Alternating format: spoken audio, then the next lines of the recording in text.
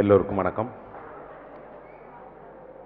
இயல் விருது பெற்றதற்காக நடைபெறக்கூடிய இந்த விழாவிற்கு வந்திருக்கக்கூடிய உங்கள் அனைவருக்கும் என் மனம் நிறைந்த நன்றியை தெரிவிச்சுக்கிறேன். இந்த விருது கனடாவிலிருந்து வழங்கப்படக்கூடிய ஒரு விருது. இந்த விருது என்னுடைய 25 ஆண்டு கால இலக்கிய சாதனைக்காக வழங்கப்பட்டிருக்கிறது. இலக்கியத்திற்காக நான் பெற்ற அந்த வாழ்நாள் சாதனையை விட மிகப்பெரிய வாழ்நாள் சாதனையாக நான் நினைப்பது திரு ரஜினி அவர்களுடைய நட்பு தான். அதுதான் உண்மையில் எனக்கு வாழ்நாளில் கிடைத்த மிகப்பெரிய பேறு. அந்த நட்பிற்காக அவர் இங்கு வந்து கலந்து கொண்டதற்காக என் மனம் நிறைந்த என் குடும்பத்தினுடைய அனைவரின் சார்பாகவும் அவருக்கு என்னுடைய மனம் நிறைந்த நன்றியை தெரிவிச்சுக்கிறேன். கவிப்பேரரசு வைரமுத்துவருடைய கவிதைகளை நான் கல்லூரி நாட்களிலிருந்து படிச்சிருக்கிறேன். அப்படிப்பட்ட ஒரு உன்னதமான கவிஞர், மிகப்பெரிய படைப்பாளி, 6 முறை தேசிய விருது வாங்கிய பெரிய ஒரு கவிஞர், அவர் வந்திருந்து என்னை வாழ்த்தி சென்றது எனக்கு கிடைத்த ஒரு பெரிய பேரு. அவருக்கும் என்னுடைய மனம் நிறைந்த நன்றியை நான் தெரிவிச்சுக்கிறேன். இந்த மேடையில் இருக்கக்கூடிய என்னை உருவாக்கிய எனது இலக்கிய ஆசான் எஸ்.ஏ. பெருமாள் அவர்களுக்கும், எனது வழிகாட்டியான இருக்கக்கூடிய என்னுடைய முன்னோடி படைப்பாளிகளான இறையன்பு அவர்களுக்கும், விஜயசங்கர் அவர்களுக்கும், இங்கு வந்திருக்கக்கூடிய உங்கள் அனைவருக்கும் என்னுடைய மனம் நிறைந்த நன்றி. நான் இங்கே என்னுடைய விருதை பற்றியோ என்னை பற்றியோ பேச விரும்பவில்லை. ஐயா அவர்கள் முதலில் பேசும்போது கேட்டார்கள் இல்லையா, இந்த விழாவிற்கு ரஜினிகாந்த் அவர்கள் ஏன் வந்திருக்கிறார்கள் என்று. நான் அதற்குத்தான் பதில் சொல்ல விரும்புகிறேன். நாம் அறிந்த இந்தியாவினுடைய ஒப்பற்ற சூப்பர் ஸ்டார் ரஜினிகாந்த் அவர்கள் சிறந்த நடிகர், சிறந்த திரைக்கலைஞர் மட்டுமல்ல, ஒரு சிறந்த வாசகர். இன்னும் சொல்லப்போனால் அவர் ஒரு சிறந்த எழுத்தாளரும் கூட. அது வெளியே தெரியாது. அவர் எழுத விரும்பும் கதைகள் அத்தனை வைத்திருக்கிறார். அவரிடம் கேட்டால் கதைகளை சொல்லுவார். அவர் சொல்லி நான் கதைகளை கேட்டிருக்கிறேன். வரலாற்றின் மீது அவருக்கு எப்போதுமே மிகப்பெரிய ஆர்வம் உண்டு. வரலாற்றை தேடி தேடி தெரிந்து கொள்ளக்கூடியவர். பொன்னியின் செல்வனை முழுவதும் வாசித்திருக்கிறார். அதை பற்றி விரிவாக பேசக்கூடியவர். தமிழில் மட்டுமல்ல, கன்னடத்திலும் ஆங்கிலத்திலும் இலக்கியம், வரலாறு, தத்துவம், ஆன்மீகம் என்று தேடி தேடி புத்தகங்களை வாசிக்கக்கூடியவர். அவரிடம் ஒரு நல்ல நூலகம் இருக்கிறது, நிறைய புத்தகங்கள் இருக்கிறது. தமிழ்நாட்டிலும் சரி, கன்னடத்திலும் சரி, அங்குள்ள அத்தனை மூத்த படைப்பாளிகளையும் அவர் நேரில் சென்று பார்த்திருக்கிறார். அவர்களோடு நெருக்கமான ஒரு உறவு இருக்கிறது. தமிழ் இலக்கியத்தோடு உண்மையில் நேரடியான, அந்தரங்கமான, ஆத்மார்த்தமான உறவு கொண்டிருக்கக்கூடிய ஒரு மகத்தான கலைஞர் திரு ரஜினிகாந்த் அவர்கள். அவரோடான ஒரு நட்பு உறவு என்பது ஒரு பெரிய பேர். ஒரு மனிதனுக்கு தன் வாழ்நாளில் கிடைக்கக்கூடிய ஒரு அரிய பரிசு என்று தான் அதை சொல்வேன். அதை சொல்கிறதுக்கு ஒரு சின்ன கதையைத்தான் நான் உதாரணமாக சொல்ல வேண்டியிருக்கிறது. இந்த கதை ஹான்ஸ் கிறிஸ்டியன் ஆண்டர்சன் என்பவர் எழுதிய ஒரு கதை. ஒரு கிராமத்தில் இருக்கக்கூடிய ஒரு விவசாய பெண் வீட்டில் குழந்தையை தொட்டிலில் போட்டுவிட்டு வேலைக்கு போய்விடுகிறாள். அவள் இல்லாத நேரம் ஒரு பாம்பு கடித்து அந்த குழந்தையினுடைய உயிர் பிரிந்து விடுகிறது.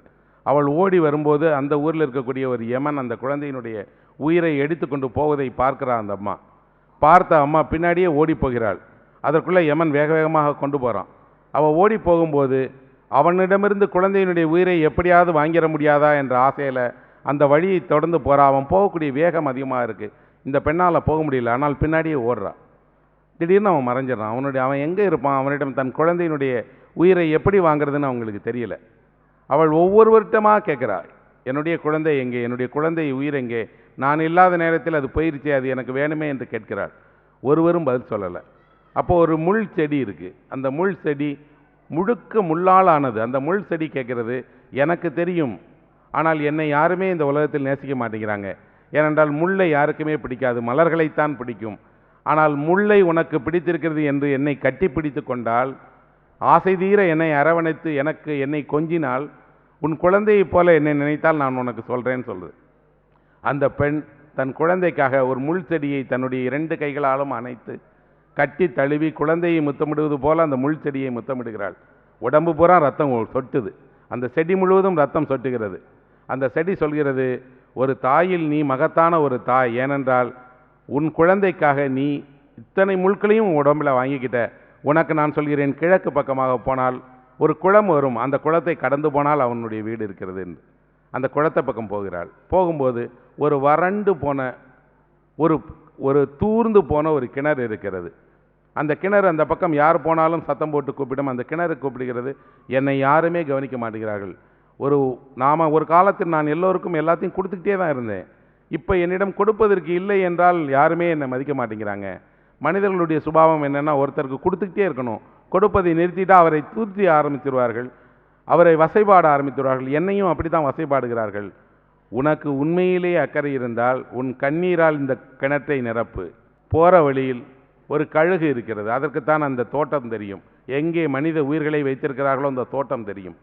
அந்த கழுகு சொல்கிறது, உலகத்தில் ஒரு தாய்க்கு தன் பிழையை கண்டுபிடித்து விட முடியும் என்றால் உனக்கு கண் எதற்கு? உன்னுடைய 2 கண்களையும் பிடுங்கி எனக்கு கொடு, அதை சாப்பிட்டு விட்டு நான் உனக்கு வழி சொல்கிறேன். உடனே அவள் 2 கண்களையும் பிடுங்கி கழுகுக்கு கொடுத்துட்டு வழி கேட்கிறாள். கழுகு சொல்கிறது, நேராக போ, ஒரு தோட்டம் இருக்கும், அதுதான் அவனுடைய தோட்டம், அங்கே தான் உலகத்தினுடைய அத்தனை உயிர்களும் இருக்கிறது, அங்கே போய் பாருங்கள். இந்த பெண் பார்வை இல்லாமல் உடலெல்லாம் ரத்தம் சொட்ட அழுதபடி போய் அந்த தோட்டத்தில் வாசல் நிற்கும்போது தோட்டத்து காவலாளியாக இருக்கிற யமனுடைய அந்த வேலைக்காரன் பரிதாபப்பட்டு உள்ளே போமான்னு சொல்கிறான்.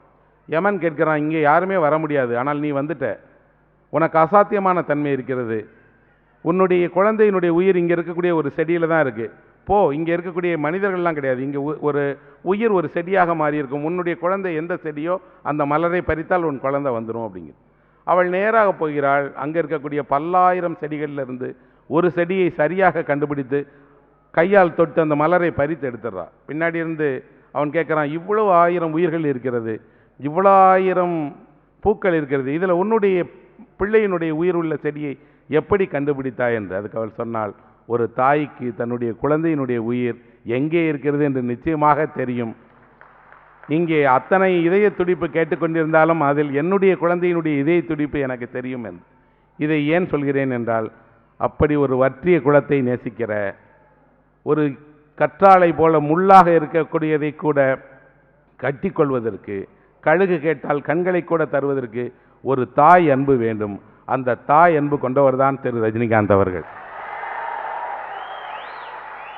அவரை எல்லோருக்கும் பிடிக்கிறது என்றால் ஏன் பிடிக்கிறது என்று கேட்டால், அவரிடம் ஒரு அளப்பரிய தாய் அன்பு இருக்கிறது, அதைத்தான் வாரி வாரி கொடுத்து கொண்டே இருக்கிறார். அவர் உண்மையில் ஒரு மிகப்பெரிய ஞானி. நான் சொன்னேன், என்னுடைய கட்டுரையில் கூட சொன்னேன், அவர் ஒரு கிரேட் சோல், ஒரு மகத்தான ஆத்மாவுக்குரியவர். நம்முடைய இலக்கியத்திலே ஒரு மரபு இருக்கிறது, தன்னுடைய குருவை, தன்னுடைய நண்பர்களை, தன்னுடைய துணையை ஒரு மனிதன் கண்டறிய வேண்டும் என்று. தானாக கிடைத்து விடாது. ஒரு குருவும் நண்பர்களும் துணையும் தானாக கிடைத்து விடாது. அதை நாம் வாழ்க்கையில் தேடி கண்டறிய வேண்டும். ஒருவேளை கண்டறிய தவறினால் அது நம்முடைய இழப்பு தான், வாழ்க்கையில் திருத்திக் கொள்ள முடியாது. நல்ல குருவை, நல்ல நண்பர்களை, நல்ல துணையை ஒரு மனிதன் பெறுவது என்பது அவன் வாழ்க்கையில் செய்த பெரும் பேறு, அவன் கண்டறிந்த ஒரு உண்மை. அப்படி கண்டறிவது எளிதானது அல்ல. புத்தரை பற்றி சொல்வார்கள், புத்தர் பிறந்தபோது புத்தர் மட்டும் பிறக்கவில்லை, புத்தருடைய நண்பர்களும் பிறந்தார்கள், புத்தருடைய குதிரையும் பிறந்தது, புத்தரை அடைய வேண்டிய சிஷ்யர்களும் பிறந்தார்கள், புத்தருக்கு யார் கடைசியில் தகனம் செய்ய போகிறானோ அவனும் பிறந்தான் என்று. அப்படி பலரும் பிறந்து வளர்ந்து புத்தரோடு ஒன்று சேர்ந்து புத்தருக்கு நண்பராக இருந்து, துணையாக இருந்து, தேரோட்டியாக இருந்து, சாரதியாக இருந்து, ஒருவேளை உணவு தயாரிப்பானாக இருந்து, அத்தனை பேர் பிறப்பிற்கும் ஒரு அர்த்தம் இருக்கிறது. அப்படி எங்கோ ஒரு பெரிய ஒரு மனிதருக்கு ஒரு எளிய ஒரு மனிதனாக நான் நண்பனாக இருக்கிறேன் என்பது எனக்கு மிகப்பெரியது. ஒரு புத்தனுக்கு கிடைத்த சாரதி போல, ஒரு வழிப்போக்கனை போல தான் நான் என்னை எப்போதுமே கருதிக்கொள்கிறேன். அவர் கூட பயணம் செய்திருக்கிறேன், பேசியிருக்கிறேன், மணிக்கணக்காக நிறைய விஷயங்களை அவர் பகிர்ந்திருக்கிறேன். அப்போதெல்லாம் எனக்கு தோன்றும், அவரோடு 1 நிமிடம் 2 நிமிடம் பேச மாட்டோமோ என்று காத்திருக்கக்கூடிய இத்தனை கோடி மக்களில் எனக்கல்லவா அந்த பாக்கியம் கிடைத்திருக்கிறது என்று. அதனால் அவர் வந்து வாழ்த்துவது, அவர் முன்னால் எனக்கு இந்த பரிசை நான் அவர் கையால் பெற்றுக்கொள்வது என்பது எனக்கு உண்மையிலே என் வாழ்நாளினுடைய மிகப்பெரிய சந்தோஷம். அதுதான். இந்த சந்தோஷத்தை எனக்கு வழங்கிய சூப்பர் ஸ்டார் அவர்களுக்கு நன்றி தெரிவித்துக் கொள்கிறேன். நான் எப்போதுமே மகாபாரதத்தில் வரக்கூடிய ஒரு கதையை என் வாழ்க்கையினுடைய பாடமாக வைத்திருக்கிறேன்.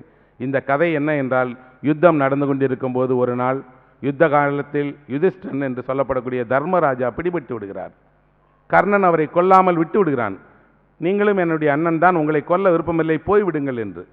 அவமானப்பட்டு யுதிஷ்டன் திரும்பி வந்து அந்த படைக்கலத்தினுடைய அரண்ல வந்து சொல்றாரு, நான் பாண்டவர்களுடைய அண்ணன், எனக்கு கீழாக வில்லாளி அர்ஜுனன் இருக்கிறான், பீமன் இருக்கிறான், நகுல சகாதேவர்கள் இருக்கிறார்கள், இத்தனை பேரோடு இருந்தும் இன்றைக்கு நான் தனியாக அனாதையை போல அல்லவா நின்றுட்டு இருந்தேன். இன்னொருவர் எனக்கு உயிர் பிச்சை கொடுத்து தானே அனுப்பிவிட்டார், நான் ஏன் வாழணும், நான் சாகப் போகிறேன் என்று கத்தியை எடுத்து அவருக்கு தானே கொல்ல முயற்சிக்கும் போது கிருஷ்ணர் குறுக்கிட்டு சொல்கிறார், நீங்கள் ஏன் கொல்லணும் அப்படின்னு சொல்லிட்டு, அர்ஜுனா நீ வா, நீ சொல்லு உங்கள் அண்ணனுக்கு பதில்னோடனே அர்ஜுனன் சொல்கிறான், அண்ணா நான் அந்த இடத்தில் இல்லை, நான் இருந்திருந்தால் என் காண்டீபம் இருந்தால் உங்களை காப்பாற்றி இருப்பேன்னு சொன்னோடனே கோபத்தில் தர்மர், அவரும் மனிதர் தானே, அவரும் கோபத்தில் சொல்கிறாரு, நீ என்ன, உன் காண்டீபம் என்ன, உன்னுடைய வீரம்தான் இருந்தென்ன, இந்திரனிடமிருந்து நீ பெரிய விருது பெற்றிருந்தா கூட என்னை காப்பாற்ற பயன் இல்லையே என்று அவனை கோபப்பட்டு திட்டிய உடனே கிருஷ்ணர் சிரிச்சுக்கிட்டே சொல்கிறாரு, பார்த்தாயா அர்ஜுனா, உன்னுடைய அண்ணன் உன்னை மட்டுமல்ல உன்னுடைய ஆயுதத்தையும் பழிக்கிறார். அர்ஜுனன் ஒரு சபதம் செய்திருக்கிறான், தன்னை பழித்தால் அவரை விட்டு விடுவேன், தன்னுடைய ஆயுதத்தை யாராவது அவமானப்படுத்தி விட்டால் அவரை கொன்றே தீருவேன் என்று சொல்லி தான் இந்திரனிடமிருந்து வாங்கியிருக்கிறான். இப்போது காண்டீபத்தை அவருடைய அண்ணனே பழித்து விட்டார். இப்போ அண்ணனை கொன்றாக வேண்டிய நிர்பந்தம், எப்படி கொல்ல முடியும்? அவர் தாயிடம் சத்தியம் செய்திருக்கிறார்கள், யுதிஷ்டனை மட்டும்தான் நாங்கள் நம்பியிருப்போம், அவர்தான் மூத்தவர், அவர் இறந்தால் நாங்கள் அத்தனை பேரும் இறந்து விடுவோம் என்று. அப்படிப்பட்ட அண்ணனை கொல்ல வேண்டிய நிர்பந்தம் விடும்போது கிருஷ்ணரிடம் ஆலோசனை கேட்கிறார்கள். கிருஷ்ணர் ஒரு எளிய ஆலோசனை சொல்கிறார், ஒரு மனிதனை கொல்வதற்கு எளிமையான வழி இருக்கிறது, அவனை மாறி மாறி புகழ்ந்து கொண்டே இருக்க வேண்டியதுதான், அப்படி புகழ்ந்தால் அவன் தானாக இறந்து விடுவான் என்று சொன்னவுடனேயே அந்த மனிதனை பார்த்து புகழ்ச்சியாக பேசுகிறார்கள். தர்மருடைய தலை கவிழ்கிறது. உடனே கிருஷ்ணர் சொல்கிறார், அவர் தலை கவிழ்ந்து விட்டது இல்லையா, நீ என்னப்பா செய்ய போகிற, அண்ணனை கொன்ற பாவம் வந்து விடும் அல்லவா அப்படின்னு. அப்போ கேட்கும்போது அவர் சொல்கிறார், நான் என்னை கொண்டுக்கிட வந்தானே அப்படின்னு கேட்டால், இல்லை இல்லை, ஒருவன் தன்னை கொண்டு கொள்வதற்கு எளிமையான வழி என்ன என்றால் தன்னைத்தானே புகழ்ந்து பேசிகிட்டு இருக்கிறது தான். அதனால் புகழ்ச்சி என்பது ஒரு மனிதனுக்கு வீழ்ச்சி தான். அப்போ அதே கிருஷ்ணரிடம் தர்மர் கேட்கிறார், புகழ்ச்சிக்கு நல்ல அர்த்தமே கிடையாதா என்றபோது, புகழ்ச்சி எப்போது நல்ல அர்த்தமடைகிறது, நன்மை பெறுகிறது என்றால், இன்னொருவர் உறவோ அறிமுகமோ இல்லாத ஒருவர் மனம் நிறைய ஒருவரை வாழ்த்தினால், அந்தரங்கத்தோடு வாழ்த்தினால், எளிமையோடு உண்மையோடு வாழ்த்தினால், அந்த புகழ்ச்சி கோடான கோடி உன்னுடைய வாழ்க்கையை விட பெரியது என்று சொல்கிறார். ஆக அப்படி ஒரு பெரும் புகழ்ச்சி என்பது இங்கே கூடியிருக்கக்கூடிய நீங்கள் அத்தனை பேரும் இந்த சந்தோஷத்தை எனக்காக பகிர்ந்து கொண்டது தான். அதற்காக நான் உங்களுக்கு அனைவருக்கும் என்னுடைய இதயம் நிறைந்த நன்றியை தெரிவித்துக் கொள்கிறேன்.